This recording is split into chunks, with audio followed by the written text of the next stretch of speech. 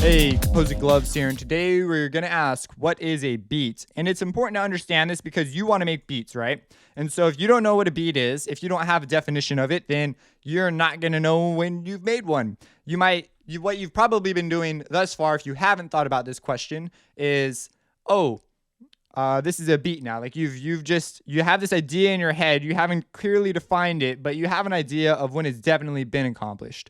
And you can't really define it. I mean, I could throw at you a whole bunch of weird questions. For example, let's say I only play the first note. Was that a beat? And then a lot of people would say no, and there's actually a number of arguments you can make about this. Some people could argue yes. The question's a philosophical question, so it's not a super meaningful answer. Let me give you one that's a little more meaningful. Let's say I'm writing for a commercial, and this is the entire song.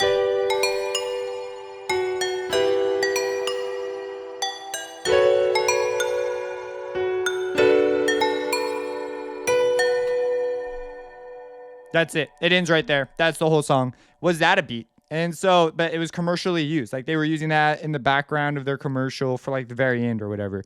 So I'd probably want to resolve it, but these are questions that we have. Was that a beat? A lot of people, I'd probably get a percentage more of people saying, yeah, that was closer to a beat. So a lot more people probably say that is a beat. So to me, a beat is anything that forms a repetitive pattern. So you can have beats that sound bad, and we've all heard those, and you can have beats that sound really good. You can have beats at different levels. You can have beats that form structures at a basic level, like 1 and 2 and 3 and 4 and 1, something like that. And then you can have beats that are only discovered by looking at the structure of the song. Structures like part A, part B, part C, part A, and they form a pattern or some sort of, not always, but these can result in sort of larger structure beats. Like you're making statements in a different form at a higher level. So they're harder to detect. It's someone who listens to the music consistently and is familiar with that style will be able to appreciate these levels of composition. While a brand new listener is too busy and caught up in just the phrase. They can't look at the larger structure the same way you can. Or sometimes it's the exact opposite. You're appreciating the phrase in a way that they can't appreciate because they're too distracted by the other. So I could go back and forth. It totally depends on the composition. Now, most people would say the beat happens when we reach this point, this here, when the drums come in.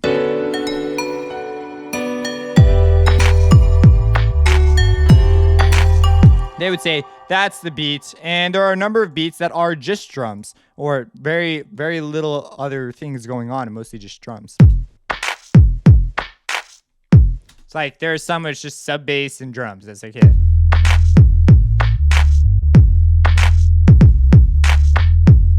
So that's fine. That's cool. So basically what we're saying is when we make a beat, I want you to just be aware that these things and ideas are out there. And when you're judging someone else's music, you should ask yourself, what characteristics are you using to judge it? Are you judging it on skill level of composition? Are you judging it on the vibe that's coming off the music, the feeling you get, the emotion? Or are you judging it off of whether or not this fits your definition of a beat? You want to be really careful because you could argue that classical music, at least some of it's like kind of would be pretty hard to fit this, but you could argue that some of it's just beats without the drums. They form regular repeating patterns. Moonlight Sonata, speed that thing up a little bit. Most people, you could toss a beat under that. So that brings us to the definition that we'll typically use when talking about commercial beats is something that usually involves a percussive track that forms a meaningful relationship with elements around it. So for example, we present a bed of music here. And so we form our chords. We give you harmonic context here. And I even introduce a rhythm. The do, do, do, do, do, do, do. And I'm using the chords to outline the beats that I think are important. Then I give you the beat, the drums. And the drums their purpose in life is to serve to reinforce the ideas that are rhythmically happening with my harmonic content. So all the things that are notes, those things should work in harmony with my rhythm. My rhythm, though, is not the main deal here. The harmonic content in this particular composition is. In other compositions, this will shift, and harmonic content will serve the rhythmic content, and your rhythms will be a lot crazier. Think of like trap and their little hi-hat roll things. That's cases where the beat would receive more emphasis. And at times, it's evident by the amount of sound design too that goes on there, because the sound design is almost always of a rhythmic fashion. There could be really, really amazing molds of someone who's skilled in melodic composition, combining harmony, melody, and the rhythms of trap music or whatever kind of drum. When they put them together, you can get something that's really complicated, but has the right balance of expectation versus surprise. So that's something that's a fundamental relationship in music, and in a beat you're going to strive to accomplish this. So in your beats you should have some element of expectation, and when they're listening they should go, I expect a kick drum to happen here. And then whether or not you fulfill that expectation is what makes music interesting. So there'll be times where they are right. It's like you're playing a game when you listen to music. You're right, you get in a groove and you figure out the pattern, but every now and then you don't get it quite right. And that's what makes it interesting. You're like, what? When you're listening to a song for the first time with really interesting lyrics, what makes it interesting is the fact that you didn't think to say those things. You were like, oh, or there was some element about it that you just didn't expect. Maybe you expected them to say all the things, but you didn't expect them to sing it the way they sang it, or you didn't expect their voice to sound the way their voice sounds. And that's what makes a great singer great, is they just have this voice that you just can't believe they sound that way. Like, that's like, how do they sound that way? Things like that. So when we're writing our beats, we want to make sure we're in this balance, because if we're too unexpected, then you can never guess what's going to come next, and it's similar to noise. Well, it's pretty much noise.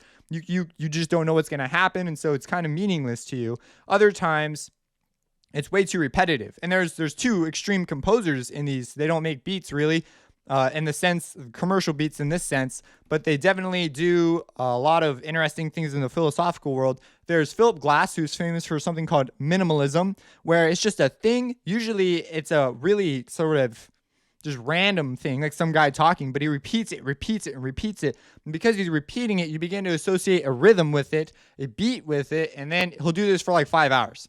And he'll change things very, very, very slowly. And the goal is for it to be something completely different at the end, but you are never able to detect throughout that entire composition where the change took place. There are beats. This is really good for background music. So it's useful to take these extreme ideas and sort of bring them into the middle. And if we can identify properties in either one, we're going to be able to use this in our music to serve its purpose. So when you're creating a beat, you got to have a goal. And we're going to talk about the goal later. But understanding these ideas is fundamental towards you getting towards your goal. The other extreme is John Cage. John Cage has songs where he's playing electrified cactuses and just randomly pricking things.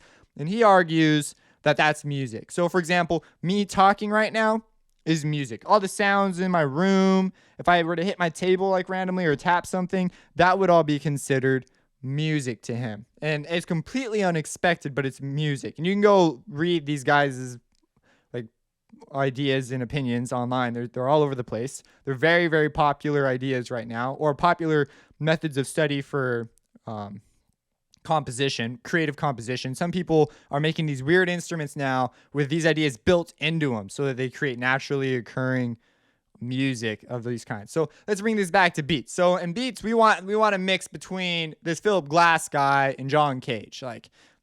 We want a nice mix. That's what makes our music good. Generally, we are going to have some main structures that we're going to talk about in a later video on how our beat works. And when we emphasize one piece of a beat, like the rhythm, for example, we are going to take away from another piece of our beat. Intellectually, that is. So as we're listening, we can't listen to the whole beat at once. People have to selectively listen to pieces of your beat as you go through. A well-constructed beat is one where you always have the listener listening to the correct thing that you intended them to hear. So if I wanted them to hear drums here and hear more melody here, I'm going to have to change things about my beat compositionally to make this happen. You can also use mixing and production to make this happen as well. But the idea and structures are critical when you're doing this. And so when I do that, if I emphasize rhythm here, I'm going to be taking away from other elements. A really well-constructed beat will have the listener guided through the song, and they can listen to it again and begin to appreciate more subtle elements in the background. This isn't a dense song that I have right here. This is a very thin song, and it'd be really suitable for background music. So they're really commercially viable. I was looking at, I was helping someone, a friend who runs a publishing company.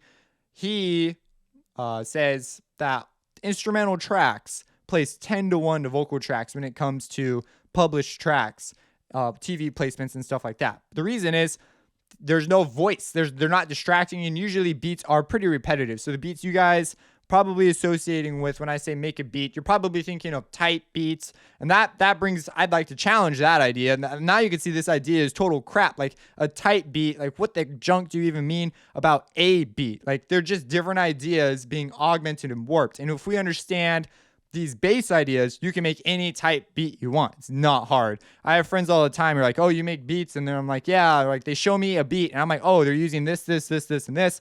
And then I can sit down and make something right off the bat. Like it's right there. You just have to understand the bass ideas that they're using. Now that's if you want to emulate other people. We're here to sound creative and different. We want to be able to emulate them. That's the goal. We want to be able to listen and be able to just make whatever. But we also want to be able to sit down and be creative on our own. And there's different methods of associating yourself with other music, such as you could go listen to that music and then make something off a feeling of that music, or you could deliberately try to make something just like theirs and then suddenly veer off in an idea of in the direction of an idea. So you might say, now I'm going to use melodic harmony or melodic ideas that I've learned from Composing Gloves' music theory series in the 70 to 80 video section. That from there, I'm going to try and use those ideas now, and you're going to veer off in that direction. So there's more directional ways of being creative. You don't sacrifice your artistness by trying to sound like someone else. You don't do that. But you don't want to, if you're trying to be them, that's a problem. You want to still be you. I would say artistic intentions, especially in the category of beat, they suffer when you don't have an artistic vision or goal. So you have to have something you're trying to express, something you're trying to do, something you're trying to accomplish. It doesn't always have to be very deep either. It can be something as low as I'm making background music for this thing and I want the emphasis, the mood to be scary. Like that's it. Other times you're going to be really artistic and motivated. These are what great artists do, is they'll understand how to do those, but they'll also be doing things like, I'm going to write a song that expresses my feelings about immigration laws, but I'm going to encode it in like 9 layers of symbolism for maximum teaching of people about my opinion. Like, so that you could like study this thing and it would be a work of art. That's like the deep level of artisticness. And then you also have this like more shallow level, and there's commercial success across all of them. And there are people who are amazing at all of them and have no commercial success. Just because you're not making $1 million doesn't mean that your music isn't good. So that's just, anyways, that's some thoughts about beats. I just want to make you aware of these things. I want you to go through, and my challenge to you this video is go through, listen to the beats that you enjoy or like, or beats that you have written, and write down what you like about those beats, what makes them the beat, what gives them the essence of what a beat is. I want you to identify these and publish them in the comments. Write down what you learned from doing this exercise, because it's really interesting. Like you'll find, like, for example, if I take away the melodic element here and just have the piano, there are totally beats that do that. And there are beats that have no piano and just have this melodic element. And it would create an entirely different sounding beat. You see people do this. I see it on Facebook all the time. They'll go on there and they'll mute and unmute parts of their 8-bar loop. And what they're doing is they're developing a structure. But it creates a whole bunch of different moods. So if I take the piano out when the beat jumps in, there are tons of beats that run it that way. And there are tons that do just this.